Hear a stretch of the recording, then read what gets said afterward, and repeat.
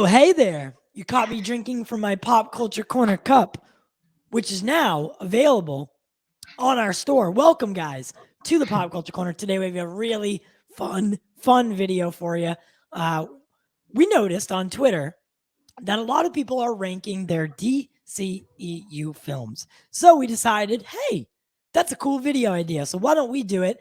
And why don't we talk about why we rank which video in which place?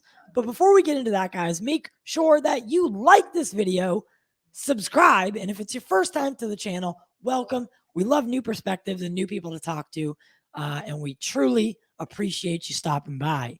You can also join our membership for as low as $2.99, and we do have a donation link for breast cancer in the description below. With that being said, guys, let's get into the video. Austin, I know you have your list ready for us. I do. So let's get that pulled up, and then you can walk us through it. All right. Yes, here we go. So these are my official DCEU current rankings of all the films. Of course, starting with number one for me, the Snyder Cut. I do really think that, and I know that a lot of people will say that is cliche and all that because I'm a massive Snyder fan, and it probably is. It probably is. I'll give you that. But I just love this movie. I thought of any superhero team up ensemble film, there is absolutely nothing like the complexity, the emotion, and the heart that Zack Snyder brings to Justice League in that film. And so for me, it's number one, reigns at the top, and that's where that is. Close second, I had a real hard time with this one. Close second was Man of Steel. Man of Steel is also like one of my favorite comic book movies of all time. It's the movie that got me into actually liking Superman, as I was not that big of a fan of him from the comics. And I thought what Zack did with the character, how he actually showed his power and the destruction of Metropolis, and him coming into his powers and it being new. I thought it was all great and raw, and it was a Superman that I'd never seen before, and made me want to learn more and get into Superman more. So Man of Steel with the close second. And then number three, most recently, James Gunn's The Suicide Squad. That's right. That comes in number three for me. I don't think I've had a more fun time watching a DC movie, a more entertaining time watching a DC movie than I have watching James Gunn's The Suicide Squad. I've been saying this a lot. For me, it's a much needed win after everything that we've been through with the DCEU and all the other films that weren't necessarily my favorite, but we're good. I think this is something that we can all go, wow, this is just a good film, and it's a much needed win for DC. Number four, back to the man himself, Zack Snyder, with Batman versus Superman, the Dawn of Justice Ultimate Edition, of course. As Ty says, it is the only edition that exists. And that, for me, after seeing those extra 30 minutes, say what you will, but it changes the film night and day. It adds so much, and it's much needed, I think, for all the characters that are in that movie, all the story that's in that movie, the timing, the 3-hour time frame. It's needed, and it's an easy watch. I don't think that both Zack Snyder's Justice League and Batman vs Superman, even though they're longer superhero films, for me they're more easy to watch. They're super entertaining all the way through. They don't really have low or short moments. They keep you into it for most of the film, and so I think that's a testament to Zack and his great talent. Number five, going to Shazam. Now I've gone back and forth with this movie, but I had to rank it at 5 because as much as I'm not a fan of DC going like and I know Shazam is kind of a goofy character, kind of is that kind of fun, more Marvel-ish type character. So he's totally the right character for that movie to do that for.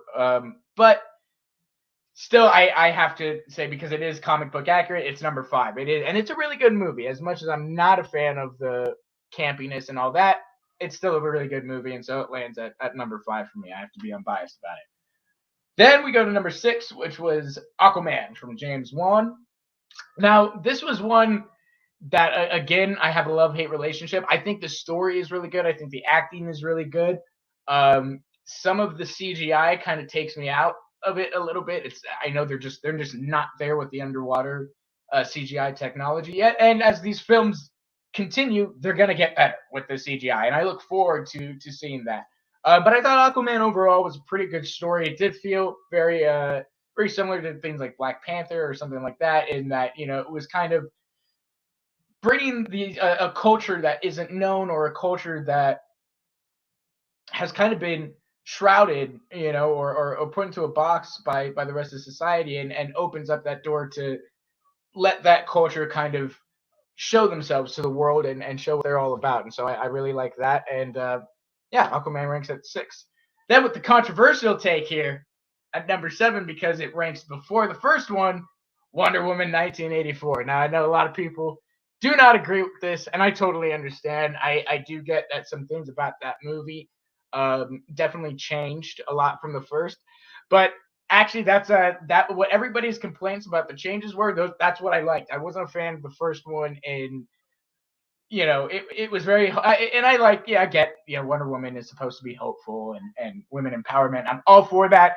It just wasn't my thing. I just didn't think it was that great. And so with Wonder Woman 1984, I really like that it leans more into some of the darker tones and darker themes, in my opinion. It leans more even into Zack Snyder's universe. It feels like, and so I really enjoyed 1984 far more than the first Wonder Woman. So that ranks at number 7. Then at number 8, we've got Birds of Prey, or Harley Quinn, the fantabulous emancipation of the one Harley Quinn. Which this was just, it wasn't a great film to me, but it was just a fun, like, whatever DC movie. So for me, it ranks towards the bottom because it didn't really affect anything for me as far as the larger universe. It didn't really do anything major. It was cool to see a movie about Harley Quinn and be all Harley Quinn. I actually really enjoyed that idea. It was cool to see Black Mask. I really enjoyed Ian McGregor's portrayal of that. But overall, it falls at more towards the bottom of the list for me. Then at number 9, I believe, number 9, we've got the first Wonder Woman. Again, saw this in theaters the first time. Wasn't too crazy about it, but I did like it. It was a good movie. I can't deny that. It just wasn't my thing. The whole, hopeful and all that. I actually really got used to Snyder's, dark tones and just kind of things being very reality and sad, and the world ending, and I was cool with that. I know a lot of people weren't, but that was my thing. I thought I liked that for these characters. So Wonder Woman, again, good film, but just not for me. So it ranks at number 9. And then finally at number 10, the bottom of the list goes to the 2016 cut of Studio Suicide Squad.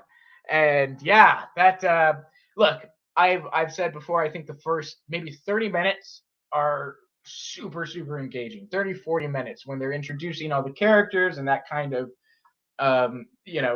presentation, how they hit each character real quick. This is Deadshot, this is Harley Quinn, this is Diablo, and I like that, and I think it gets you into the film, but then after that it just starts to fall apart. You can't decide what it wants to be.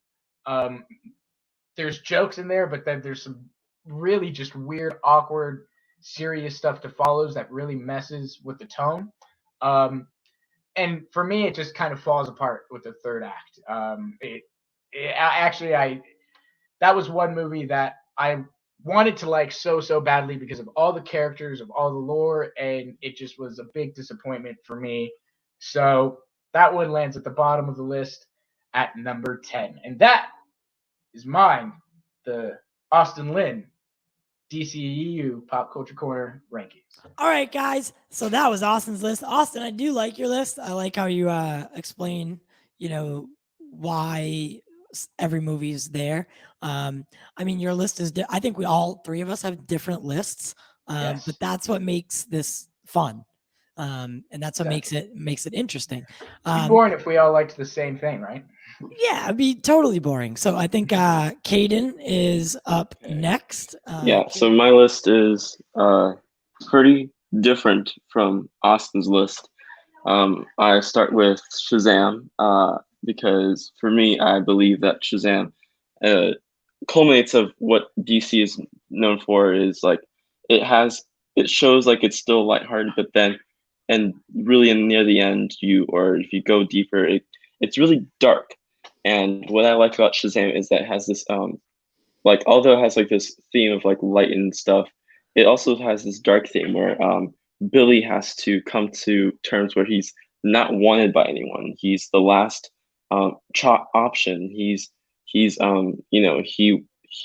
the Wizard Shazam was never able to find his champion, and then Billy happened to be the last person he was able to choose because he just was there at the right time. And then when the ultimate twist of him meeting his mom, realizing that his mom like intentionally dropped him off or left him at the carnival was intentional. It was like showing that like time and again Billy was never wanted, and that he was the last option. And he's in this home with all of these kids who were last options. And he meets Freddy, who is like this person who who looks up to Lois Lane and who looks up to Clark Kent and to Daily Planet as like, and also looks up to these heroes who help Billy become the best hero he can be, and ultimately defeat Dr. Zavanna with the help of his family that he finds with Billy and with Freddy, with Darla, and with Pedro, and that's like his family now, and that's what I like about it. It's all about family, about accepting who you are, and that's why I like it. And that's another reason why I really like James Gunn's The Suicide Squad, is because it's all about family and accepting who you are, and ultimately taking down your own demons, and just overall like just being who you are and just finding your spot in everything. And that's what I really like about both Shazam and The Suicide Squad. That's why they're my top two. And same thing with Zack's Snyder's Justice League. Same thing, the same themes, but I think it's more of like where you can't get your way. There's always gonna be something in the way. You can't ever get your way sometimes.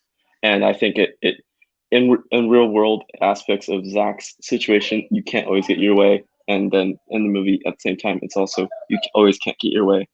So it's very like overall just great as a film. And another thing about Birds of Prey, number 4 for me, is I think my top 5 is basically the same themes, where finding your place and finding your family and just find out who you are. And that's basically the reason why these top 4 are the top 4 for me, is because of the themes, and the themes of family, and the themes of how not everything is light, and sometimes you will have those moments where you won't know yourself. And then BVSUE, it's about a god like person who like basically thinks he can do whatever he wants. And then you have this rich playboy who is basically coerced by evidence coming into his mail, and coming in like him doing his own investigations. And it shows Bruce Wayne being this detective as well as Clark Kent being this detective, and it's great. And it also shows how cynical and insane Lex Luthor is as a villain, and how he was able to pit 2 of the greatest heroes together, and then ultimately create this monster, Doomsday, out of Zod, who died in the last film, to take down like the biggest hope there is in the world, and to cause a lot of destruction. And then I have Man of Steel, which is one of the best Superman origins, and one of the like it's very grounded in the way where it's like, what if Superman was real in this day, in this world? And that's what I like about how Zack started his, where he was given the character of Superman and was going to start with Superman and end with Superman, with a new Superman. And that new Superman was still going to be Clark Kent and Henry Cavill, but it was going to be this hopeful Superman that we know in the comics. But ultimately, we didn't get to see that. But still, it was off to a great start. And what comes off after Man of Steel is Wonder Woman, about a person who is coming into this world, coming from the perspective that humans and mankind are these terrible people, but figuring out that not all of them are terrible. It's just that that people manipulate and coerce people into doing things that they're not wanting to do, and sometimes you have to fight that and find peace and truth and justice with yourself. And then after Wonder Woman, I have Aquaman by James Wan. Same thing with Wonder Woman. It's about this person who's coming to this world who is it's a mixture of Shazam and Wonder Woman in a way, where it's instead of a god-like person going into an our world, it's a person that's like us who has these godlike abilities that are going into a godly world and figure out his place and figure out who he is. And James Wan and Jason Momoa do that perfectly in this film. And I think, it's amazing. And then what comes in number 9 is Wonder Woman 84. Wonder Woman 84 is, I still like the hopeful themes of it. It's just it doesn't feel it feels weird to me, because in BVS and Man of Steel and JL, there's hints of this warrior who's been missing for 100 years, and then she finally comes back in BVS, and so this her showing up in 1984 kind of ruins that whole 100-year disappearance of this warrior who comes out of nowhere and to save the whole world from destruction, when we've been taught in both BVS and JL that she was gone for 100 years and that she lost hope in humanity. But then in 184, it kind of ruins it, because now she becomes hopeful of humanity and she comes back. But the reason why she is in BVS and when we see her in BVS, she hates humanity for stealing things from her and her people and lying about the things, how they got those things.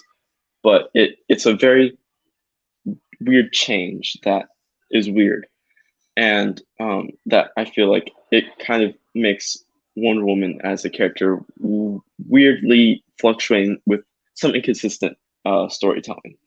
And then obviously I have Studio Squad, that was not very. It looked like one of those things where you go to YouTube and you click on that one music video and you play it from that person's album, and they have all these albums of the same music video. Like if The Weeknd had his whole music video, and it was just like his whole music video album, you played that and it was just that.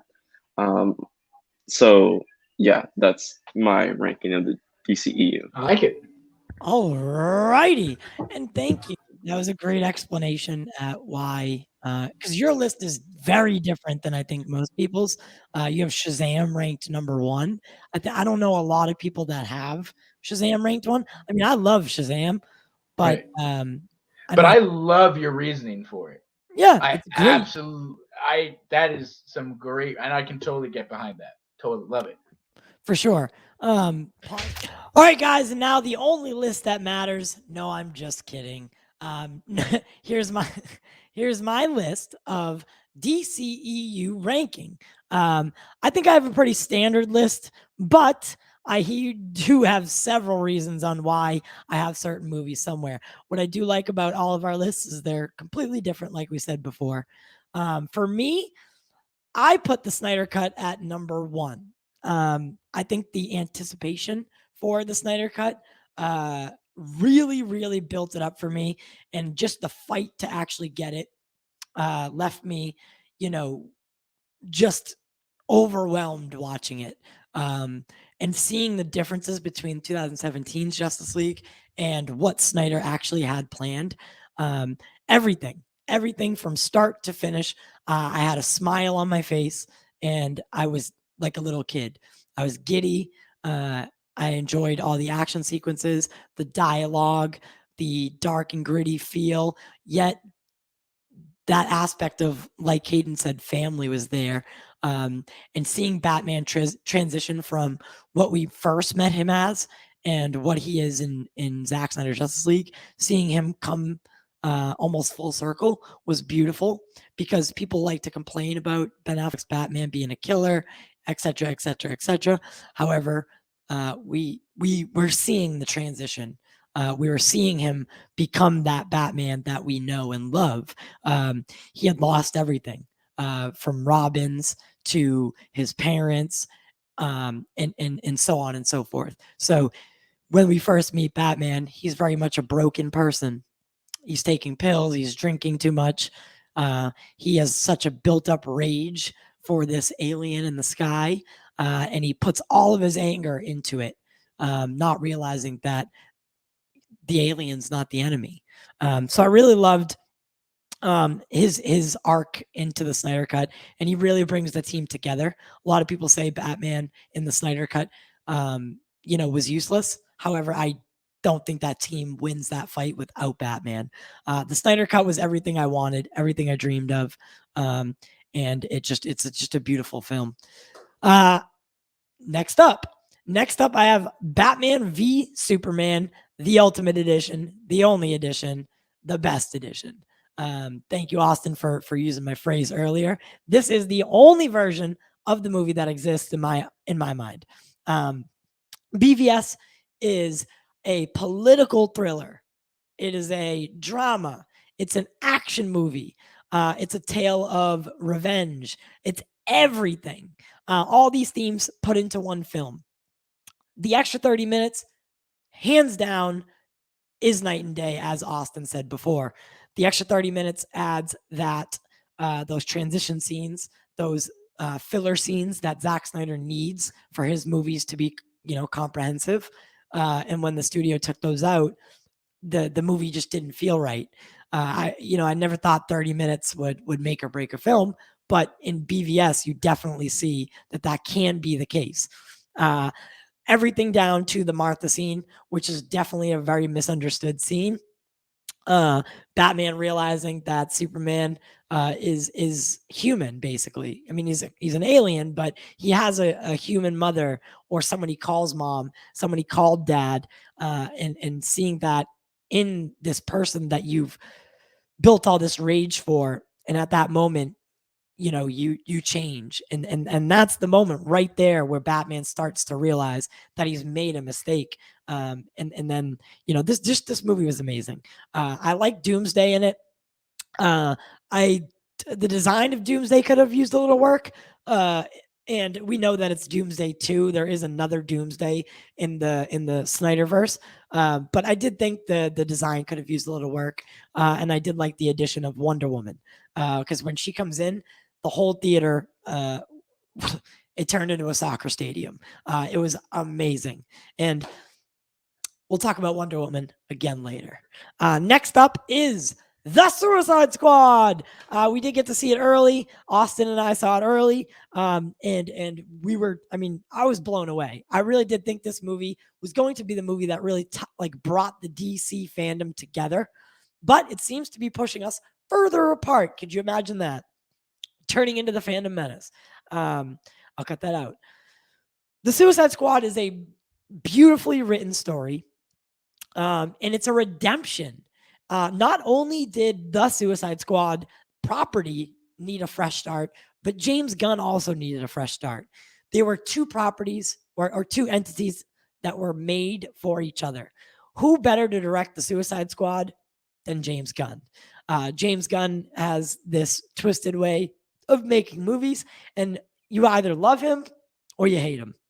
He turned Guardians of the Galaxy, some characters that even comic book readers didn't know, into household names. Now everybody knows who Groot is, who Rocket Raccoon is. I mean, James takes the most obscure characters and is not afraid to take them out for a ride. And I absolutely loved what he did with the Suicide Squad.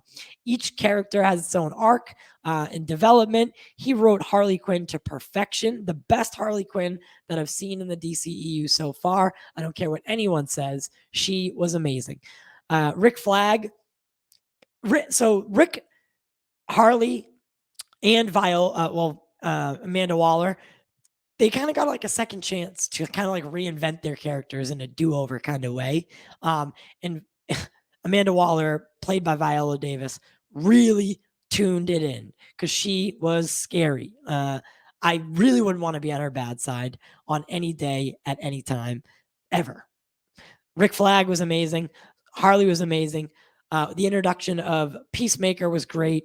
Bloodsport, I thought it was going to be like a carbon copy of Will Smith's Deadshot. However, that wasn't the case. It was different. And I just loved everything about the Suicide Squad from start to finish. You're on a ride, and you might not come out the same, but it's a great film. Next up, one of my first times watching a Superman movie was Man of Steel. I did not watch the Christopher Reeve Superman. It just wasn't my thing. I liked Batman. And when I was younger, I just didn't care for Superman movies. However, Man of Steel, when I did see it, I knew that Zack Snyder was directing it because I had liked Dawn of the Dead. And I was just starting to get into film at this time.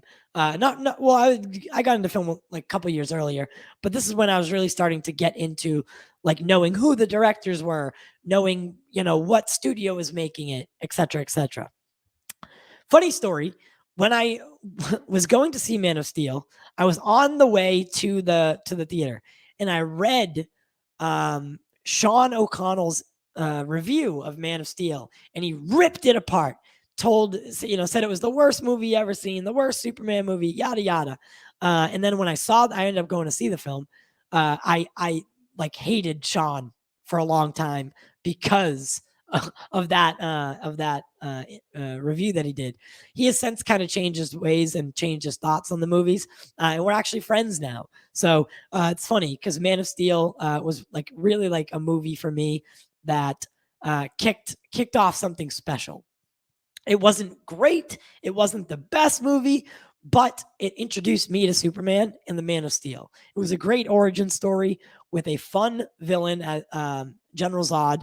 General Zod was really creepy, especially when he's on the TV, and it's like, that really freaked me out. And I just, overall, Man of Steel is a great film. That's why most of Snyder's films are in my top 5. I just really like his style. I like the color palettes. I like the realism. He puts these characters in a world like if I walked outside and Superman fell down and landed on the ground, like that's what Snyder does. He puts these characters in like a real world setting. So we see the divisiveness between the people that live in this world. Some people love him. Some people hate him. They want him gone. They think he's the savior. He's God. He's the devil, and the psychology of what that creates, right? It's just amazing. And I really love Man of Steel, not knowing that it was going to kick off this wonderful universe either. That wasn't until after. Next up, Aquaman from James Wan. I loved this movie. James Wan absolutely killed it. I thought, honestly, I was kind of skeptical about Aquaman. I didn't know if it was time or the director. I didn't know if James Wan could take on a property like Aquaman and make it something that I would enjoy. However, I was way wrong, and I'm very happy to admit that. I don't have too much to talk about with it because I'd like to get through the list, but Aquaman does a great job of telling a story set after a team-up movie, which is really weird because usually it would come before. So it's like more like a continuation and like where he goes after to go back to Atlantis and try to take the throne. Well, not take the throne, but stop his brother from invading the main, or the stop his brother from invading the God, what's the word? What's the word they use? Land. What's the word they use in Aquaman for the land? Surface. The surface. Yeah. Thank you. Sorry, guys. So it's Aquaman trying to stop his brother from invading the surface world and trying to take over that kingdom. I really liked the movie. I thought it was really visually pleasing. It must have been really hard to make a movie that is set 90% underwater. However, James really took that challenge and brought it to the next level. They used some crazy technology, and they did change things from Zack's Aquaman. So like the air bubbles that they talked in, they no longer use those. But I mean, those are just things you have to look past as a moviegoer, because different directors, different visions. That didn't really affect me too much.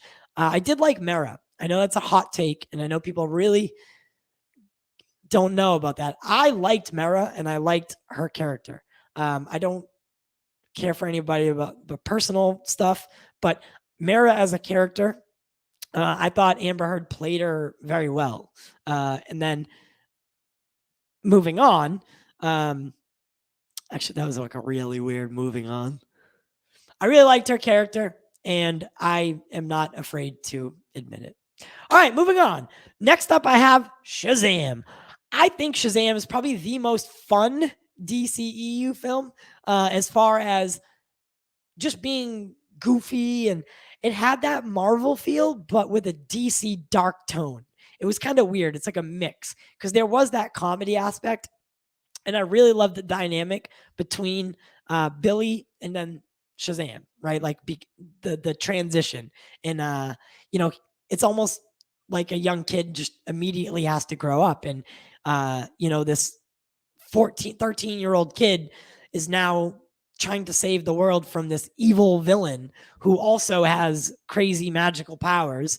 The themes are all great. As Caiden said earlier, like the family dynamic, I really enjoyed, him at a foster home, him dealing with, his mother, or trying to find his mother, and then finding out that his mother didn't want him and purposely left him at the carnival. Then he realizes that he's had a family for a while now, and that's the people at the foster home. So I thought it was just a beautiful movie. I really did. I laughed. I felt empathy. I felt sympathy, and that's what good movies do. They make you feel. And Shazam really made me feel a lot of different emotions, but for the better. I really, really enjoyed that movie.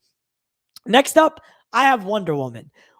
I was going to place Wonder Woman a little bit higher, but going through the list of DC movies now, I mean, it's hard because they're all, with the exception of 2 or 3, they're all really good. Like, it's different now. So Wonder Woman ends up pretty far down the list for me, even though I loved the movie. I thought the third act was meh, but that was kind of what everyone thought. I wish they designed Ares a little bit better, more comic accurate Ares, or just a little bit more scary looking than like some ginger guy with a helmet on. It could have done better. Could have done better. But throughout the movie, I enjoyed it. I like period pieces. A lot of people like to compare it to Captain America: The First Avenger, and I can see why. However, I don't know. I never really thought about that during the movie. I really enjoy Steve Trevor's character. I like the dynamic that they have and the sacrifices that are made. The trench scene will still forever always be one of my favorite things to watch, as it is really, really inspiring.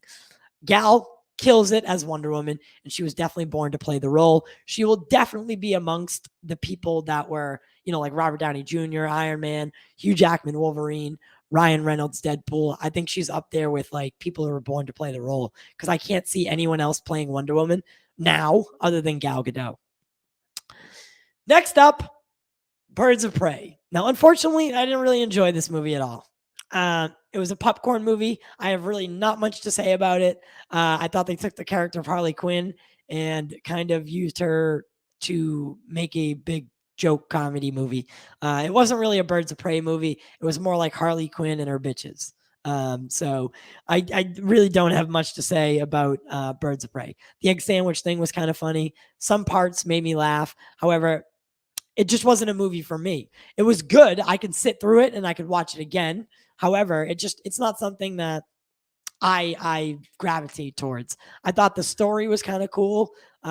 I wish it was a little bit. I mean, Black Mask is an awesome villain, and he was amazing. Like he amazing. I thought he did very well. Like Black Mask was the best part of the film. Other than that, I don't really know anything that I can like pick out that I really liked. Other than nope, that's it. I really can't think of anything else that I liked. I like the girl with I like Huntress. Some parts with Huntress and Black Canary, but for the most part, this movie really just didn't impress me. On to another movie that didn't impress me is Wonder Woman 84. Now I know Austin's a huge fan of this movie, so I really don't want to say all this stuff to hurt his feelings. However, this movie was probably the worst thing I've ever seen. I almost couldn't sit through it. It was that bad. The villain was so underwhelming. Pedro Pascal played him correctly and did a good job, but it didn't seem like he was an actual threat to Wonder Woman. Like if Wonder Woman just walked up and just started punching him in the head, the movie would be over. But like somehow, the crazy stuff that happens, the wind and whatever. I just really, really didn't.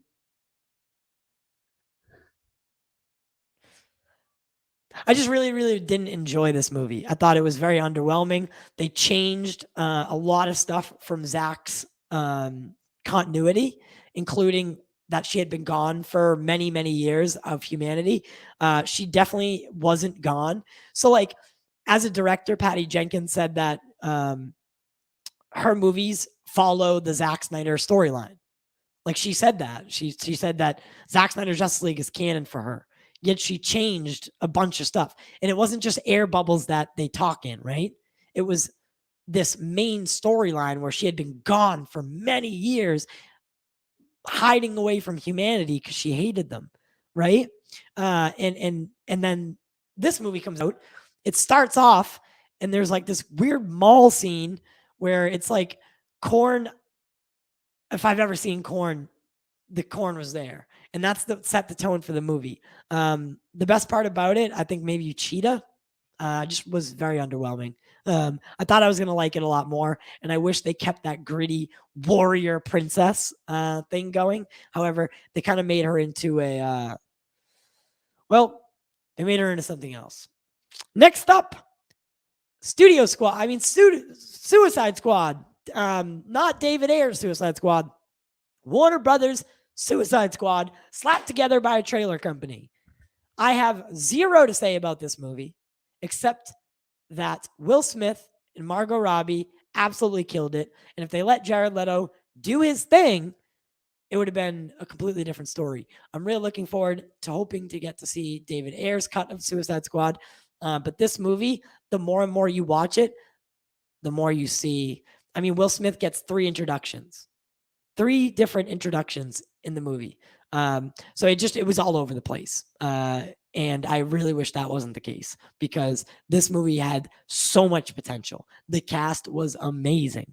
If they let David Ayer put the movie out that he originally wrote, shot, filmed, and made, right?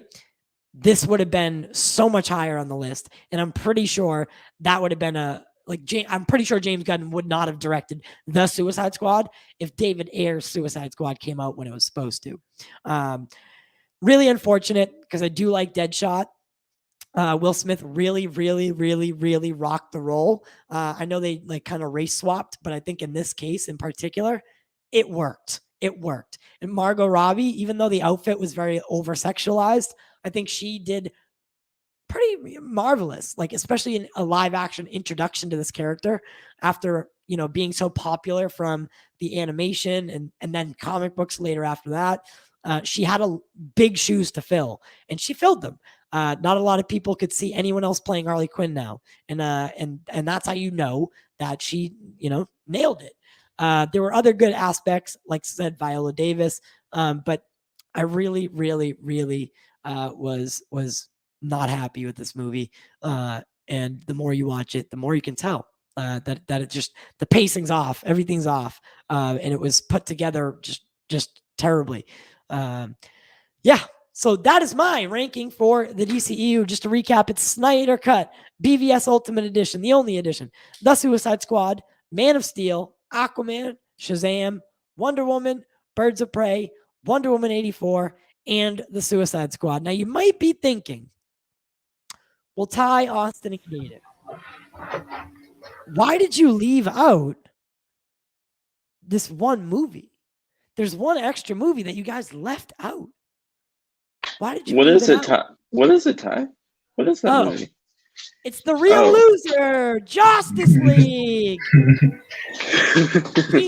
Josstice League 2017 is number 11 on all three of our lists, and it doesn't even deserve to be in our lists. So that's why we kept it separate, because we didn't want to taint our lists with that gruesome, horrible, piece of hot garbage.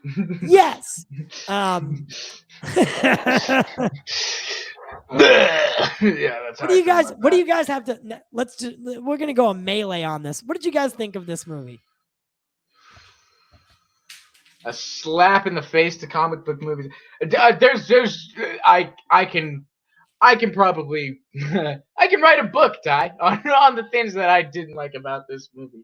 As somebody that I grew up watching, like, the animated Justice League and Justice League Unlimited, reading the comics, and these characters meant the world to me. And right. Since I was a little kid, I remember being like 8 years old and typing in, when are they going to make the Justice League movie? And knowing that, certain rumors and certain things that were happening back like in 2008 or whatever. So when I saw this movie, it was like my heart had been ripped out, stepped on, pissed over, and then thrown in the middle of an ocean and eaten by great white sharks. If that makes any of an analogy for you, it was really disappointing. It hurt. It really, what Joss Whedon not only showed that he has absolutely no understanding of DC or the Justice League at all, but I mean, it just showed that, Warner Brothers, they can't make a decision. They couldn't decide, right? The movie again was like Suicide Squad in that it couldn't decide what it was. It was this mess of a film that couldn't decide if it was a team up movie, a comedy, an action, a drama. Like, it was just all over the place. And yeah, it was a real heartbreaker for me, that one. 2017's Josstice League, as we like to call it, was a film that was riddled with mistakes. And then the more you see behind the scenes and what happened to Zack Snyder on the set of this film, it's an absolute travesty. I mean, the disrespect, the babysitting, trying to push him out as he lost his daughter and was grieving, and trying to still finish this movie.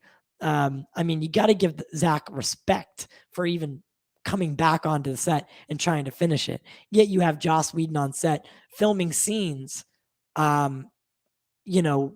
without Zack's consent or without Zack there. As Zack would come over, imagine seeing Jeff Johns and Joss Whedon filming scenes from a movie that you're making.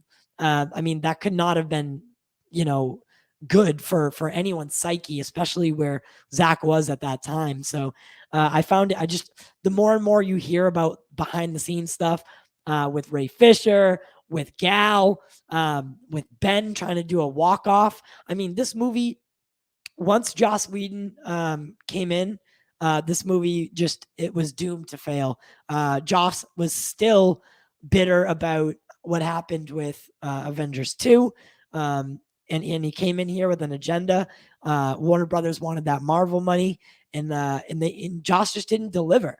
If they had stuck to what they said originally, was that they were going to just finish Zack's movie exactly the way it was supposed to be, put it together, and Joss was there to do that. However, that was not the case. They did the most extensive reshoots that any film has ever done. Called back everyone for reshoots, spent a lot of money on it, and then we turned out this wannabe Marvel film with DC characters who it just nothing fit. The puzzle was broken. The pieces were a mess. Nothing made sense. And the villain, everything they changed. It was just horrible. I'm going to assemble the mother boxes and I'm going to erase it from existence. Is that okay with everybody? Okay. Well, all right, guys, that was our list. That was our DCEU rankings. That was really fun. And guess what? We do have a sequel video coming out in the next couple days, which is going to be our most anticipated DC films. So we got greenlit for a sequel. We got greenlit for a sequel. Warner Brothers said yes.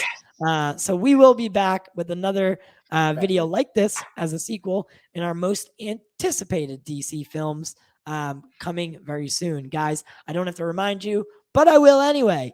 Make sure you like this video, subscribe, and if it was your first time here, welcome. Welcome to the Pop Culture Corner.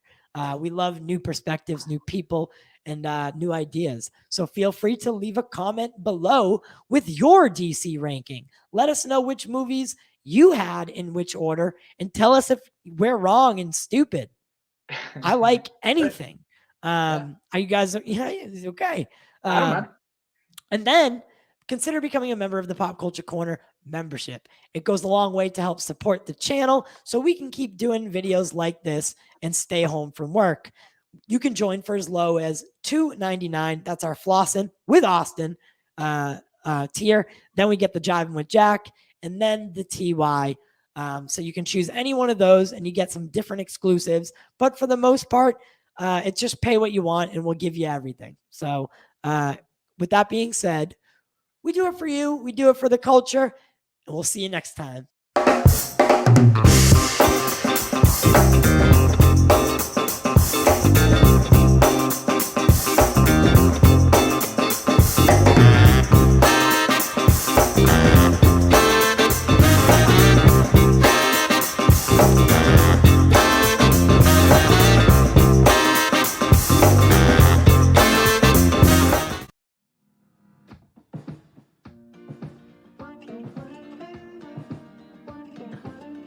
Clear.